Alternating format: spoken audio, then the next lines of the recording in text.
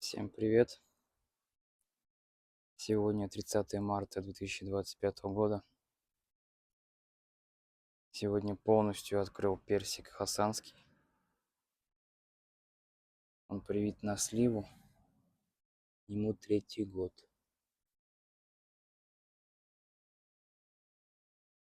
Почки у него уже набухли так, что она, наверное, скоро распустится. Тут даже он как будто листочек будет выходить скоро.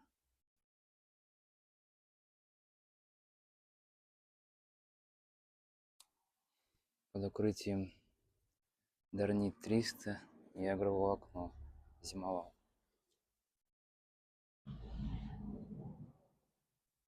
Так он разогрелся.